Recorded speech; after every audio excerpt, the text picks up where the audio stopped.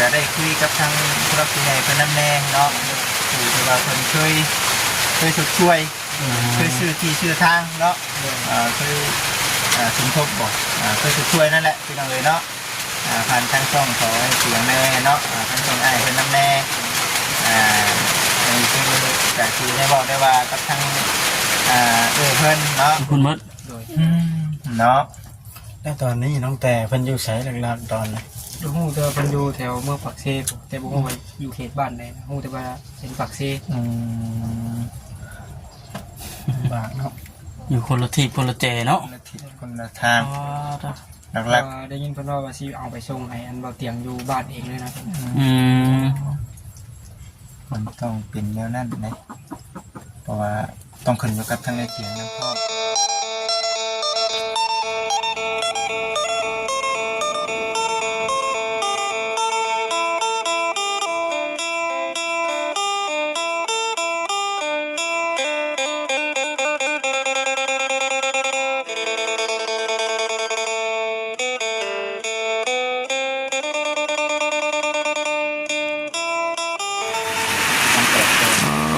ทุกคนเด้อเพื่อนเป็นมุกเป็นใจฮักอีคักกะลีพี่น้องเนาะตกน้ำจนอ่างเบิดพุ่นตกแต่แถวนี้ใครดอกยันฮอดแถวบ้านเฮานั่นติเนาะบ่เนาะมาสบายดีเด้อหลังมาส่วนฝนเพื่อนนั่นน้องไล่เพิ่นพี่น้องเนาะคนอื่นก็ทักทายสบายดีเด้อพี่น้องเด้อฝนตกว่าซั่นช่วงโอ้แน่นอนนี่เนาะเบิ่งในโทรศัพท์ว่าบ่ายโมงก็เป๊ะเลยใครจะเกิดว่าผมสิโตคนไม่ได้เกิดเด้จะเห็นบนในโทรศัพท์จะเข้าไปเบิ่งเนี่ยบ่ายโมงกับปีเลยแน่นอนดิช่วงบ่ายสิยุนิคาดว่าคนสิยุดบ่ปล่อยส่งมาโทรศัพท์ข่อยว่าแต่อยู่เพื่อนนะจะบ่ายเลยนี่บ่ายจะยุดน่ะโทรศัพท์ข่อยว่าฝนสิตกตอนบ่ายเดี๋ยวแม่นเลยเขาอยู่นี่ว่ามันส่งมานะแน่นอนเลยมันสิยุดนะตกเขาถามเขาแล้วไม่ตกบ่ใครยุดจ้ะแต่แถวทั้งนี้ก็สิคายอยู่พี่น้องเนาะเพราะว่าอยู่เป็นอยู่ทั้งพุ่นน่ะคนเกี่ยวข้าวร้ายไปก็สิไปพุ่นก่อนเด้อบัดนี้เด้อไปพุ่นก่อนบัดไปนั้นหมดว่าไปบ่ไปจะไปอีกรอบนี้ก็กลับแล้วเฮาก็ได้เนาะกองเก่าแล้วหากองโอ้เจ้าก็เกี่ยวแล้วเนาะเกี่ยวยังบ่ได้ลายแล้วต่างภาคมงคลบ่ไปพี่น้องขับไปอันนั้นนี่ก่อนผลหัวแล้วก็มาพี่แล้วกันไม่ได้น้ำยุ่งใส่ได้อยู่ว่าน้ำนั่นนี่ได้อยู่อะไรดิได้ปุ้ยนึงก่อนมาเนาะปุ้ยนึงโอ้นี่มีเนาะคนเนาะโอ้นี่ไม่ได้ใส่เติมเนาะไม่ได้กระตั้งเติมอยู่นี่มีป่ะนี่โอ้ต้องจุดครึ่งโอ้ป้าไม่ใช่อีกอย่างกลับเลยคนเช่าเดินไปป้ากันบ้านนี่มันสั่นเลยสั่นหนาววะสบายเนี่ยหลังคาจะ1-4เป็ดเก้าเพนเป็นโคนประมาณนั้นคนตกก็มีปลาแล้วเนาะปลาบืนบ่คนตกปลาขึ้นเนาะปลาบืนแถวปลาอ้อยเนาะหาเก็บมาเท่านี้ไปจ้ะลอยมาลงเด้งอะไรพักอะไรพวกน้องเราไปถึงโค้งมาจะปลาอ้อยพุ่นแม่นี่ว่าน้องตุ๊กปลาทูเนาะระวังด้วยเนาะพื้นไทย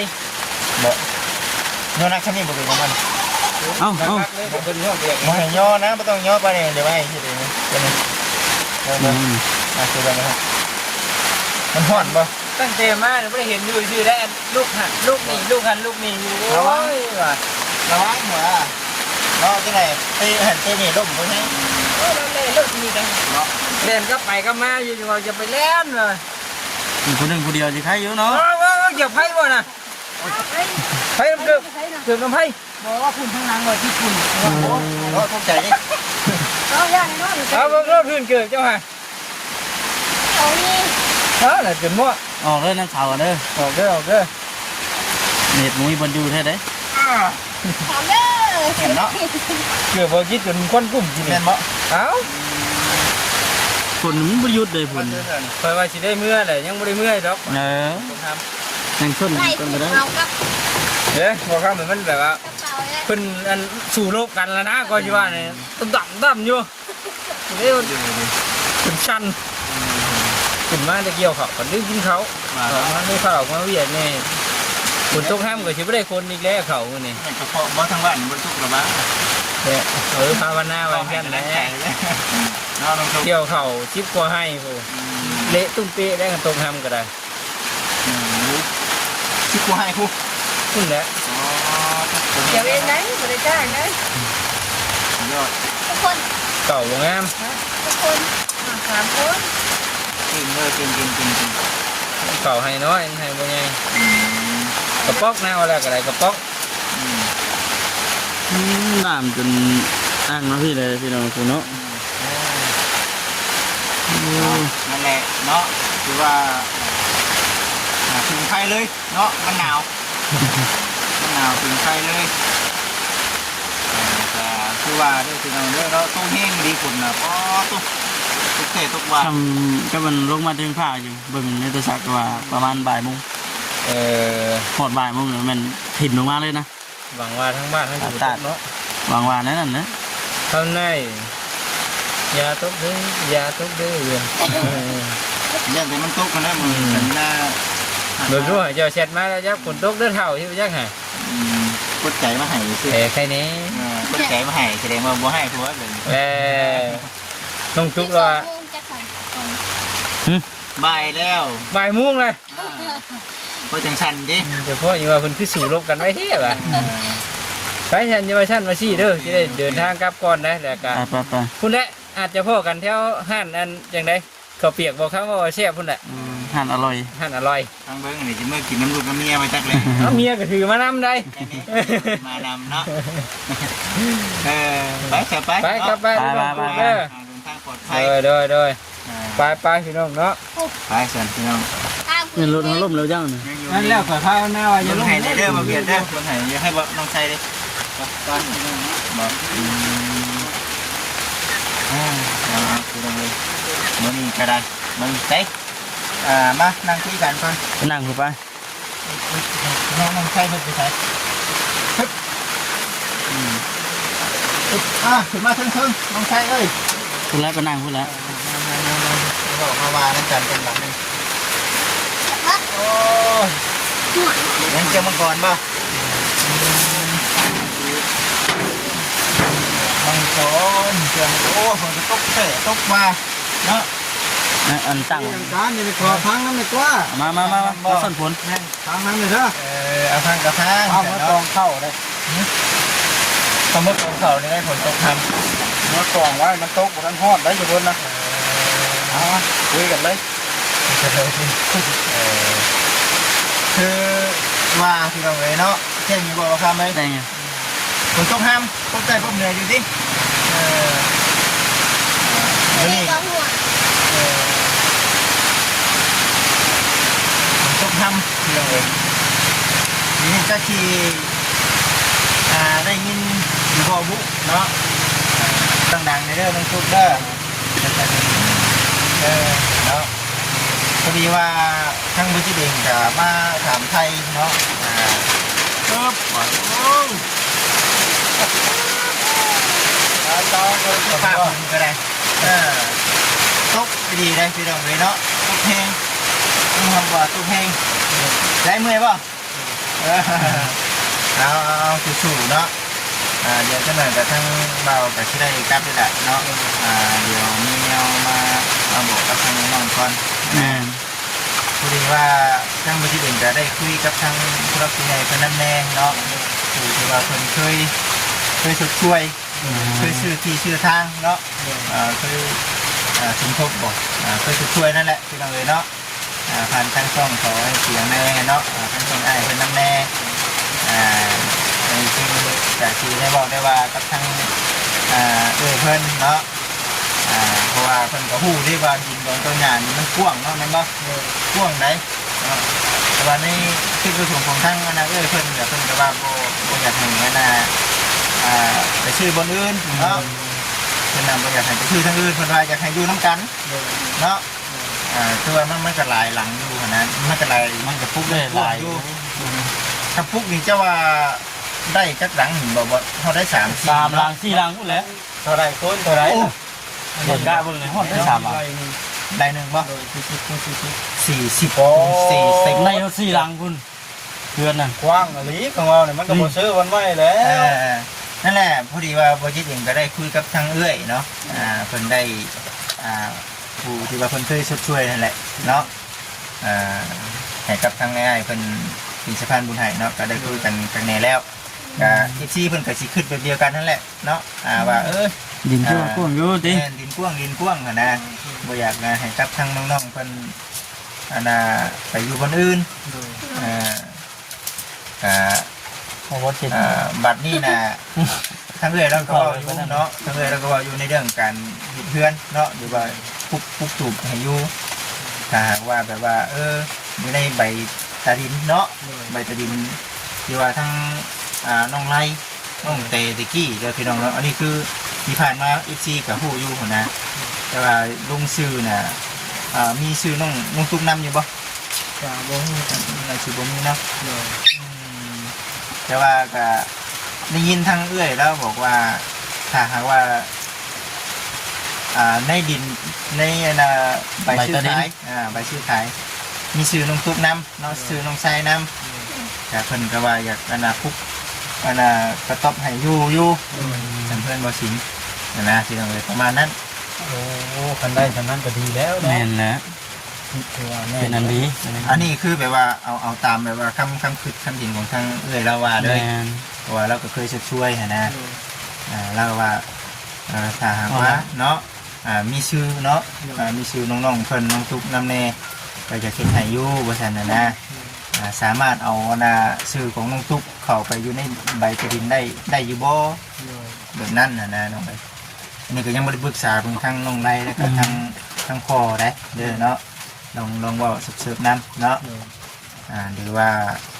เอาไปตัวเนี่ยเบิ่งก่อนก็ได้บ่อันนี้เนี่ยคือทั้งไอเตียงแล้วก็ยังสินั่นอยู่เนาะยังสิมาเอามาว่านํอยู่เนาะเพราะว่าทางอ้ายเพิ่นครับเป็นผู้ที่ว่ารับหน้าที่เป็นสะพานบุญให้เนาะเป็นผู้ชื่อดินในตอนนั้นแม่คือทางเฮาเองนี่ก็คือเว้าแน่แหละพี่น้องสิถ่ายอัปเดตให้กับ FC ได้เบิ่งแต่ละขั้นตอนFC เพิ่นก็ให้อัปเดตเบิ่งอยู่ว่าซั่นนะพี่น้องก็เลยว่ามันมาฮอดจุดนี้เนาะน้องชัยเนาะมันมาฮอดจุดนี้เฮาก็เว้าไปตามสิ่งที่มันเป็นสิ่งที่มันเป็นในเรื่องที่เรื่องทางนี่ก็ถ้าหากว่ามีชื่อเนาะมีชื่อของทางน้องชัยนำน้องทุกนำก็เฮาก็จังว่ากันอีกเทื่อเนาะเขาสิพูดอยู่วังใดก็ได้ว่าซั่นนะอันนี้จากที่เว้ากับทางเอื้อยเพิ่นเนาะเรื่องที่ทางกับบ่ได้กังวลใจได้เนาะยังพอได้อยู่ได้ชนอยู่โอ้กว้างได้40เนาะบ่เนาะโอ้40เนาะคันสมุนทานครึ่งก็ได้ตอนละ20เนาะ20เนาะ40มันทนบ่โดยเพราะว่าต่อเจ้าเป็นชื่อก็40,000เด้ไรนึงก็40,000กว้างนั่นแหละ FC ผู้รักผู้ใหญ่เนาะผู้ที่ว่าเพิ่นช่วยเพิ่นฮู้เด้เนาะว่ามันกว้างมันหอมซำใดนะบัดที่นี่ก็ถ้าหากว่า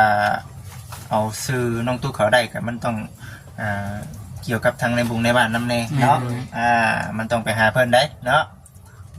มันต้องไปหาเพิ่นเดี๋ยวสิรอพังเบิ่งเนาะทางไอ้เตียงเพิ่นนำเด้อเนาะทางไอ้เตียงเราคือว่าลุงไต้พุ่นมั้งเนาะลงแล้วบ่ลุงไต้พุ่นแล้วมีแต่ว่าพุ่นแล้วพังเบิ่งเนาะถ้าเพิ่นขึ้นมาพุ่นแล้วเนาะยังไงกันได้เอาเองก็ยังเห็นยังบ่ทันได้พี่น้องอันนี้ก็สุดแล้วแต่ถ้าผู้รักผู้ใหญ่เพิ่นมีแต่ว่าเฮาก็สิอัปเดตไปนี่แหละอาการของทางน้องตุ๊กให้ครับพ่อแม่พี่น้องอีก4เบิ่งแม่นนี่ว่าเมื่อคืนนี้คือว่าไปนอนโดยเพราะว่าเพิ่นเจ็บตอน1 โมงที่2 โมงเจ็บอยู่ตัวนี้แหละพี่น้องเอ้ยสำคัญเนาะอันเรื่องบนผักบนเช้านี่ก็บนใดมันอยู่ได้เนาะบนใดมันกะว่าขับขันแห้งขึ้นมาจึงจำเป็นก็เฮ็ดจังได๋มันจำเป็นเนาะมันจำเป็นก็พอส้นก็ส้นพอหมุนก็หมุนได้เนาะแต่ว่าในเรื่องเกี่ยวกับใบตะดินเรื่องในบงในบ้านนี่ก็ ขึ้นอยู่กับทางผู้รับผู้ใหญ่เพิ่นสิมอบหมายงานให้ โดยเพราะว่า เนาะ การเชียวเขาซื้อก็ต้องได้ทาเพิ่นเอามาให้ซะก่อนแหละ อืม เพราะว่าใบตะดินเพิ่นเอื้อยเพิ่นนั่งเอาไปอยู่ ยังอยู่พุ่นบ่ โดยเวลาเดือน12เพิ่นสิเอามาให้ เนาะยังอยู่น้ำน้องแต่พุ่นแล้วปะ โดย อืม ทั้งใบตะดินใบซื้อขายหยังก็อยู่นำเพิ่นเบิด คุณมด โดย เนาะ แล้วตอนนี้น้องแต่เพิ่นอยู่ไสหลักๆตอนนี้ ดูฮู้แต่ว่าเพิ่นอยู่แถวเมืองปักเซแต่บ่ฮู้ว่าอยู่เขตบ้านใดนะฮู้แต่ว่าเป็นปักเซ บากเนาะ อยู่คนละที่คนละแจเนาะ คนละทิศคนละทาง อ๋อจ้ะ หลัก ว่าได้ยินเพิ่นว่าสิเอาไปส่งให้อันเบาเตียงอยู่บ้านเองเลยนะ อืม ๆมันต้องเป็นแนวนั้นนะเพราะว่าต้องขึ้นอยู่กับทางในเตียงน้ำพร้อมเนาะพี่น้องเนาะเรายังเฮ็ดหยังบ่ได้เนาะ โดย ยังเฮ็ดหยังบ่ได้เพราะว่าเราต้องฟังเบิ่งทางอ้ายเพิ่นว่าสิเฮ็ดในใดเนาะกับทางน้องๆพี่น้องเอ้ยอันนี้ก็เราฟังไปเนาะมีแต่น้องๆก็ระมัดระวังเนาะ โดย ระมัดระวังในเรื่องของทางน้องตุกน้ำพร้อมมาแหล้ว โดย แห้งผลคุกกินีเนาะ โดย แห้งนี่เขามาบอกกันก่อนพี่น้องเราบอกให้ผู้ก่อนเท่านั้นเนาะ อ๋อสุกันฟังเนาะ คุยกับทางผู้รักผู้ใหญ่เพิ่นเว้าในนี้สู่อันทางเบาเนาะ โดย ก็ถือว่าเป็นการดีอยู่แล้ว อ่า เนาะ อันนี้คือบอกให้ชัดเจนเลยเลยพี่น้องนะบอกให้ละเอียดเลยเพราะว่า FC หลายทานเพิ่นก็คิดว่าเอ้าคือเป็นหยังต้องได้ชื่ออยู่บนไหมเนาะเป็นหยังต้องพากันไปนั่นในนี้นะ โดย ทั้งที่จริงที่ดินเฮาก็กว้างอยู่เพราะฉะนั้นนะอันนี้ก็ แบ่งปันกันอยู่เนาะ ในเรื่องดินนี่ก็สิเป็นมาแบบนี้เด้อพี่น้องเด้อบัดนี้ก็รอเบิ่ง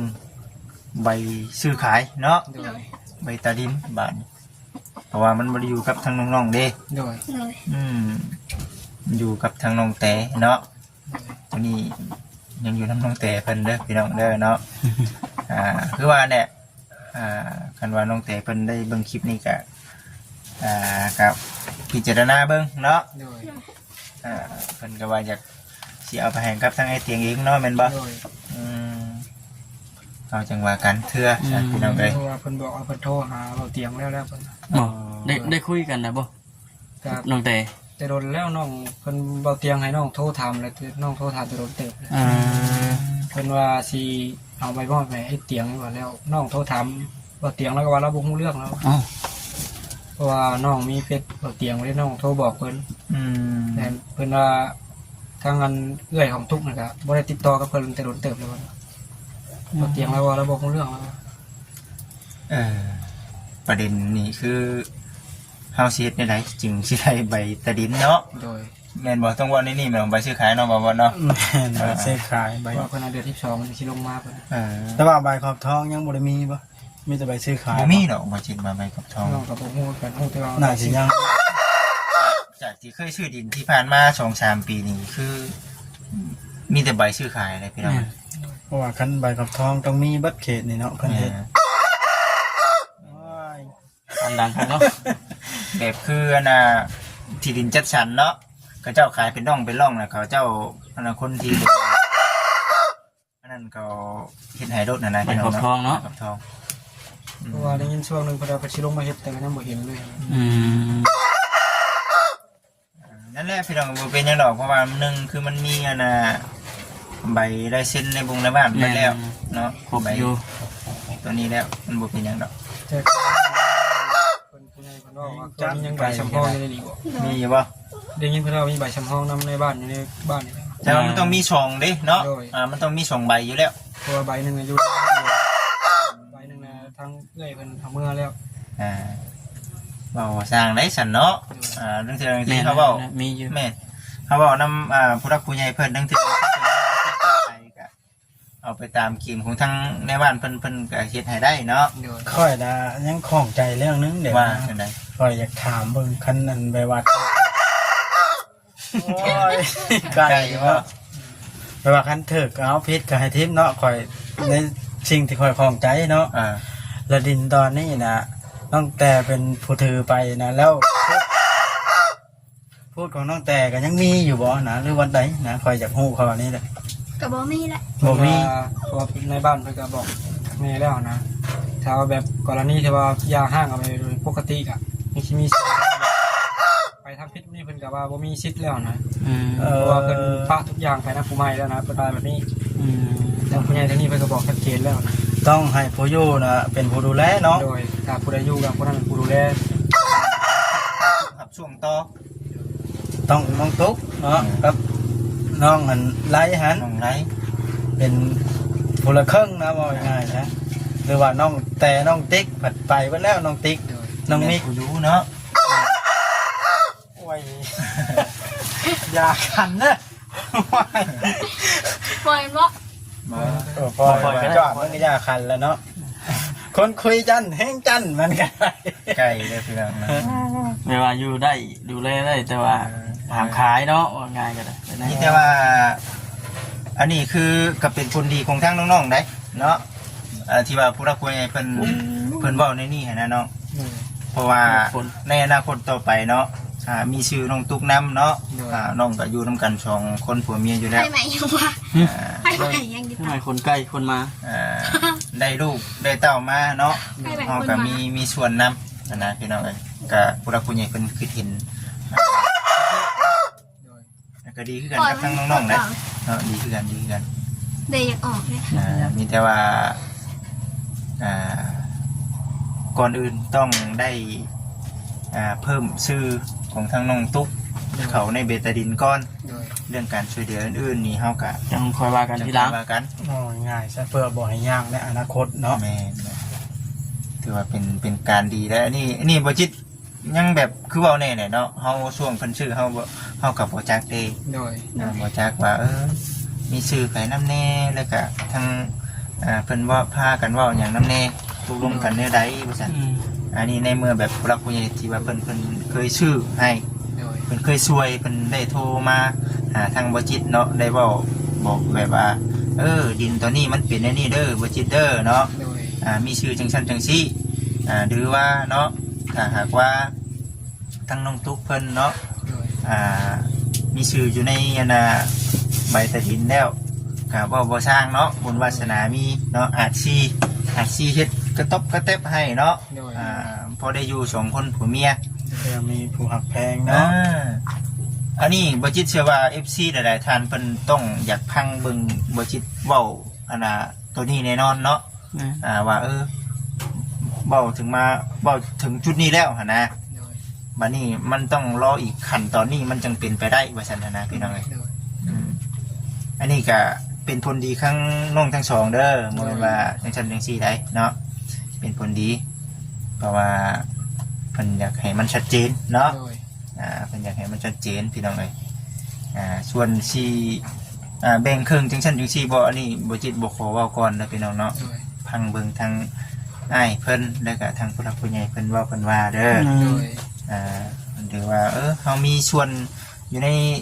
ที่ทางดินตอนนี้นี่ก็ยาแล้วเนาะก็ถือว่าบ่แบ่งก็ได้มีส่วนอยู่เด้เนาะ อยู่กันที่ ไปก็ขายบ่ได้คือว่าหั่นแหละ ถ้าเป็นการดีก็อยากให้มาแบ่งอะไร แบ่งบ่เจ้าว่า เพื่ออนาคตของลูกต่อไปเด้ ถูกบ่ แม่น แม่นอยู่ตอนนี้ติ แม่นอยู่ตอนนี้เนาะถ้าเว้าได้ถ้าเป็นไปได้ก็อยากให้มาเตียงมาเคลียร์เบิ่งเนาะ โอ้ ตามความคิดนะคันแบบว่าอยู่น้ำกันเถื่อลูกผู้นี้ก็ย่ายเป็นบ่าวเป็นเช้าวเว้าถึงอนา ดิน คต พ่อกูที่ดินแม่มึงบ่ได้เนาะ แม่น เชื่อญาติพี่น้องเลย แม่น ได้เนาะอีกอย่างผู้รักผู้ใหญ่ผู้ที่เบิ่งอยู่ตอนนี้เพิ่นก็บ่แม่นแช่งเพิ่นก็อายุหลายแล้วเฮาก็หลายแล้วนั่นหลายขึ้นไปเรื่อยๆผู้ใหม่รุ่นใหม่ขึ้นเรื่อยๆอะนะ บางทีเฮาบ่ได้มาอยู่นี่ได้สิที่ต่อไปเนาะ แม่ บ่ใช่นี่ได้พี่น้องบ่แม่นว่าเว้าแบบสิไผ